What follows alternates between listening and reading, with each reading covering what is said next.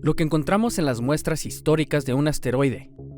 Hablando de un vuelo espacial sin precedentes. Y nuestra nave espacial Psyche viaja para estudiar un asteroide único. Estas son algunas de las historias para contarles sobre lo que sucedió recientemente en la NASA. El 11 de octubre en nuestro centro espacial Johnson, revelamos las muestras de roca y polvo de 4.500 millones de años de antigüedad del asteroide Bennu, que nuestra misión OSIRIS-REx trajo recientemente a la Tierra.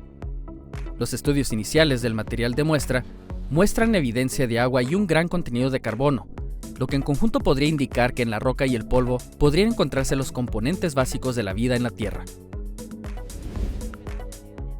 Durante una conferencia de prensa el 13 de octubre en nuestro centro espacial Johnson, el astronauta de la NASA Frank Rubio habló sobre su récord de 371 días de vuelo espacial a bordo de la Estación Espacial Internacional.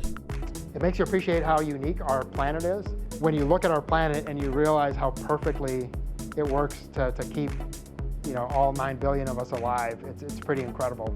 Los vuelos espaciales prolongados, como el de Rubio, podrían proporcionar datos valiosos sobre los efectos de los vuelos espaciales de larga duración en el cuerpo humano, mientras nos preparamos para enviar humanos de regreso a la Luna en las misiones Artemis, como preparación para la exploración humana de Marte.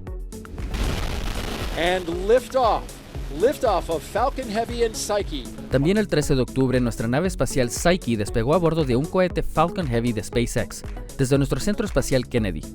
Psyche está en camino hacia un asteroide del mismo nombre rico en metales. La misión podría enseñarnos más sobre cómo se formaron los planetas rocosos como la Tierra.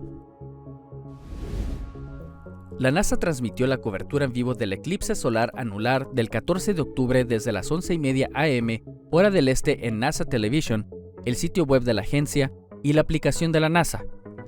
También transmitimos la cobertura en vivo en varias de nuestras cuentas en las redes sociales. Aprende más sobre el eclipse anular del 14 de octubre, así como sobre el próximo eclipse solar total que ocurrirá el 8 de abril de 2024, visitando el sitio web en español ciencia.nasa.gov. Y esto fue lo que sucedió recientemente en la NASA.